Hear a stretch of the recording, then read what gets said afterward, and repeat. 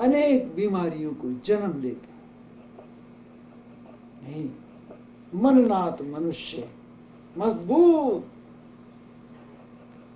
और अगर सफलता नहीं हुई काम करने के बाद, गीता में भगवान कृष्ण कहते हैं सिद्धिर असिद्धिर समो भूत्वा समत्वम योग उच्यते।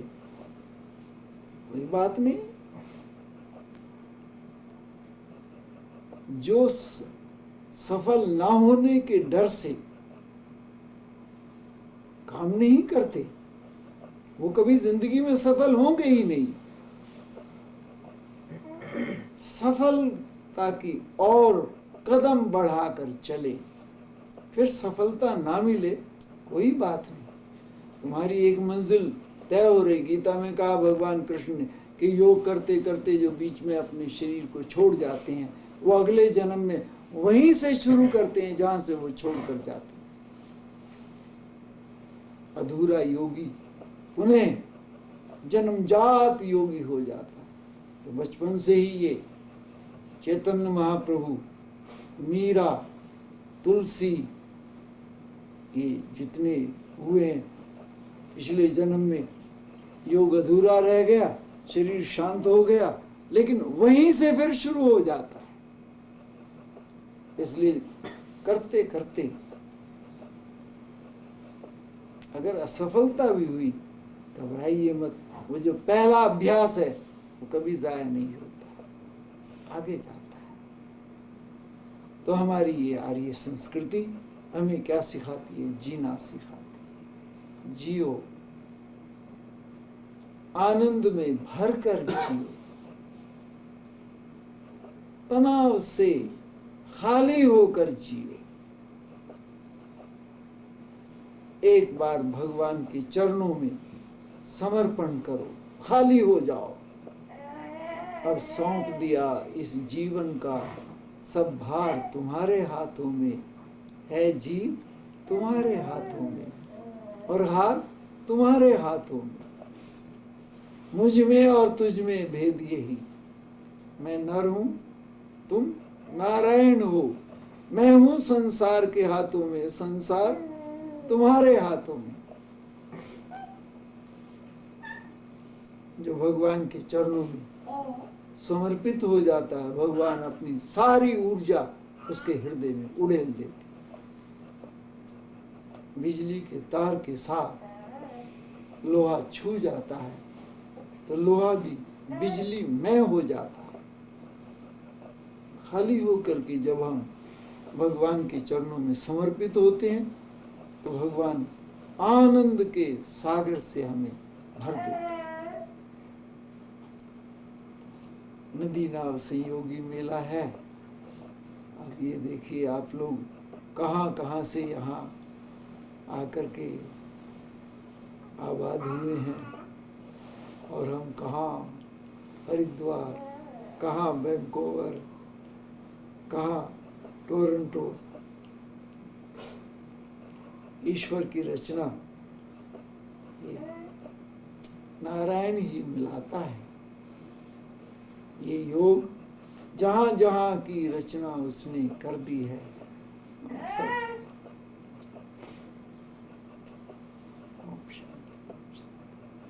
बोलिए सच्चिदानंद भगवान की जय। हाँ जी देव जी, बहुत अच्छा कहा आपने।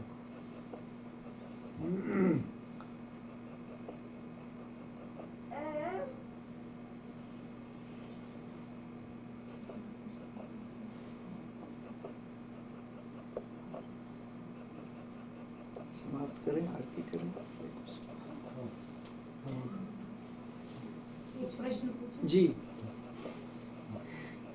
जो आपने दो तरह के योग बताए, उसमें से कोई उत्तम है या दोनों ही? नहीं, दोनों की जरूरत है, दोनों ही उत्तम है। एक से काम नहीं हो सकता? एक से काम तो चल जाएगा, लेकिन एक पहिए की साइकिल हल कोई चला नहीं सकता। नहीं, जैसे चाहे काम तो चल जाएगा। वो जो थिएटरों में होते हैं ना, सर्कस वो वाले। तो सर्कस वाले एक पहिए की साइकिल भी चला लेते हैं। ये जो दोनों पहिए की साइकिल है योग की, क्योंकि शरीर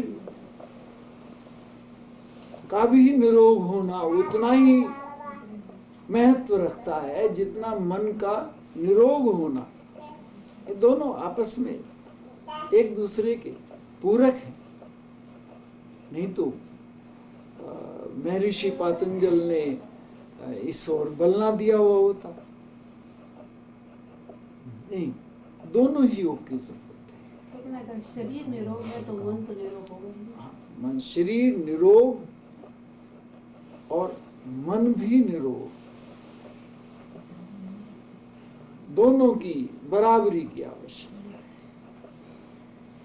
आदमी का जीवन बड़ा संघर्ष में है, struggle,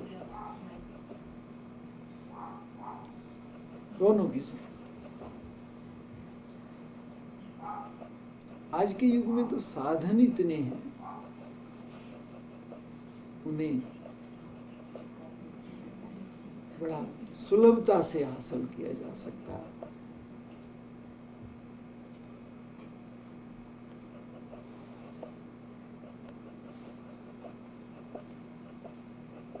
Anybody else like to ask any questions? I think please feel free, please.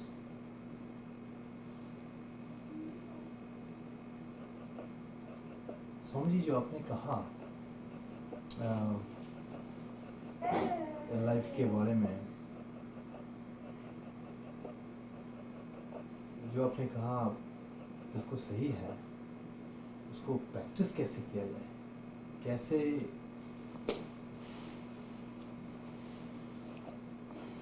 How can we actually adapt, कैसे वो जो अप्लाई किया जाए अपने पे, कैसे आज है कल टाइम निकलता है, धीरे धीरे फेल हो जाता है सब। लेकिन जो आपने कहा है, अगर उसको प्रैक्टिस की जब जाए, आप चलना शुरू कर देंगे उसी रोज से प्रैक्टिस हो जाएगी। जब तू जागा तभी सवेरा, जहां से शुरू हो गया वहीं से, जहां खाता खोल लिया बैंक में, खाता खोल गया।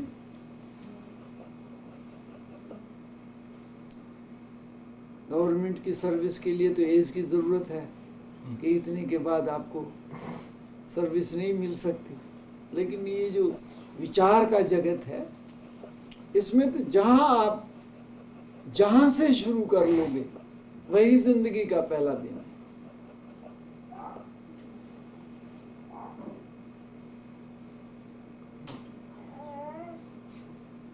जैसे आपने कहा, अगर ये हम लोग अप्लाई कर सकें अपने पे, तो जो लाइफ है वो तो बड़ी अच्छी हो जाती है। अच्छी होने के लिए ही ये तमाम प्रयोग किए गए हैं, सुंदर होने के लिए। एक उर्दू के शायर ने कहा है कि मुस्कराकर जिंदगी का जहर पीना आ गया, ये हकीकत है जहां में उनको जीना आ गया। मुस्कराकर गम का जिनको जहर पीना आ गया, तकलीफों का जहर हंसते हंसते पीना जिन्हें आ गया। मुस्कराकर गम का जहर पीना आ गया, ये हकीकत है जहां में उनको जीना आ। जिंदगी इतनी आसान नहीं है कि इसमें सब खिले हुए फूल ही मिले। ये तो कांटों की बाड़ी है। कबीर ने कहा, ये संसार कांटों की बाड़ी, उलझ पुलझ मर जाना रे। ये संसार कांटों की बाड़ी, उलझ पुलझ, ये तो दामन बचा करके बच बच कर चलने की बात है। यहाँ तो सब और कांटे ही कांटे हैं, बिखरे हुए हैं। एक कथा आती है पुराणों में एक बार इंद्र ने देवताओं को भोजन करने का निमंत्रण दिया और असुरों को भी निमंत्रण दिया भोजन करने का, और देवताओं को एक लाइन में बैठा दिया और असुरों को एक लाइन में बैठा दिया। और शर्त थी भोजन की, तो उनके हाथ पर यहाँ कोहनी से लगा करके और 1-1 फुट आगे तक की चमची बांध दी और कहा खाओ। हाथ से आगे चमचे, अब कैसे खाए, कहाँ जाएगा, हाथ सारा मुड़ेगा नहीं, कहाँ जाएगा। हुक्म दिया कि भोजन करो शुरू। तो जो राक्षस लोग थे लड़ने लगे, झगड़ने लगे आपस में, युद्ध शुरू हो गया। वो जो खाने के कड़छे थे वो एक दूसरे की खोपड़ी में मारने के काम आने शुरू कर दी। और इधर देवता बैठे हैं, उनकी लाइन अलग है, उनका अलग है। देवताओं ने कहा देखो भैया, इंद्र की जो शर्त है वो तो पूरी करनी ही है। ऐसा करो, ये जो हमारा भोजन है हम भर करके तुम्हारे मुंह में डालते हैं, क्योंकि अपने मुंह में तो नहीं जाएगा मुड़ करके, लेकिन तुम्हारे मुंह में तो जाएगा। और तुम अपना भोजन भर करके हमारे मुंह में डालो, तो ये भोजन भी कर लेंगे। वो तो लड़ करके अपनी खोपड़ी खाली कर ली उन्होंने, और इधर ये जो देवता हैं उन्होंने सब भोजन किया। ये तो एक कहानी है। इस कहानी का मतलब ये है कि जो दूसरों को खिलाता है दूसरे उसको खिलाते हैं, ये तो है देवतापना।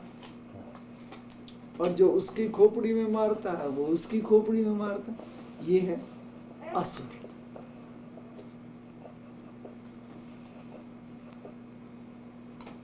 और एक और सिखाता है कि मिलजुल के काम करो तो अच्छा होता है। ये देवत्व है। गीता में जो भगवान कृष्ण ने कहा तुम देवताओं को बढ़ावा दो और देवता तुम्हें बढ़ावा देंगे, तुम्हें धन धान्य से परिपूर्ण करेंगे, तुम्हें सुख सुविधाओं से भर देंगे। तुम देवताओं को दो। भुंजन्ते ते त्वघम पापा ये पंचन्त्यात्म कारणात्। गीता का श्लोक आता है कि जो सिर्फ अपने लिए ही खाता है वो नहीं श्रेष्ठ। भुंजन्ते ते त्वघम पापा। और जो बांटकर खाता है, देकर खाता है, शुभ कामनाओं के साथ खाता है, देवता उसे परिपूर्ण करते हैं। वेद का मंत्र आता है ओम पूर्णमदः पूर्णमिदं पूर्णात् पूर्णमुदुच्यते पूर्णस्य पूर्णमादाय पूर्णमेवावशिष्यते।